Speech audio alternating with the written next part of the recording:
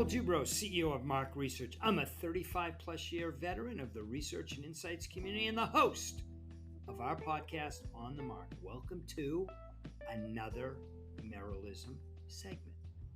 Today's segment is time for some sales training. Go buy a car. Over the years, I've done tons of sales training, lots of role playing, lots of presentation training, lots of strategy sessions with a focus on sales.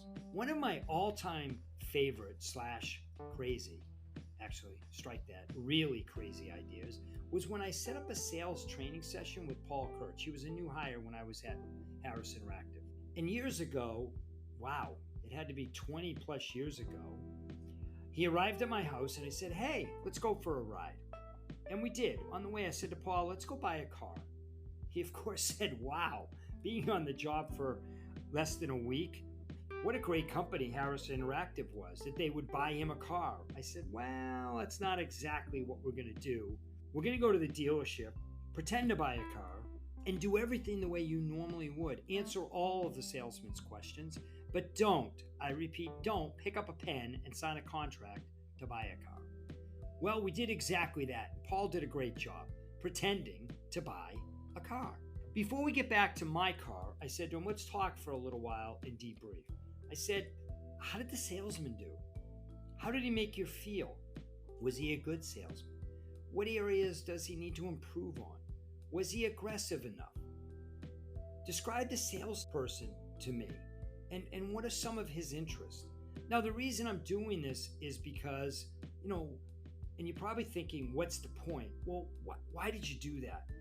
What are your thoughts around that? Well, here they are. If you can critique and honestly critique a salesperson, point out their strengths, areas of improvement, you might be able to do that for yourself. If you look around at the salesman's office, you should be able to learn a bunch of things about the person. Just like when you arrive at a prospect's office or a client's office.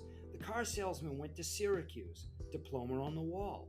He won awards. He'd been on board at least 10 years. That means he's got, some loyalty clearly. He had some golf tees in his office and pictures of kids. Clearly he's a family man and likes to play golf. The point is, if you notice all that type of stuff, it always has a better chance of you connecting to the person, the prospect, and ultimately converting them to a client. So today's segment is time for some sales training. Go buy a car. What do you think of my idea for sales training? What creative ways have you taught sales training? My name is Merrill. Stay well, be safe, and please, please stay in touch.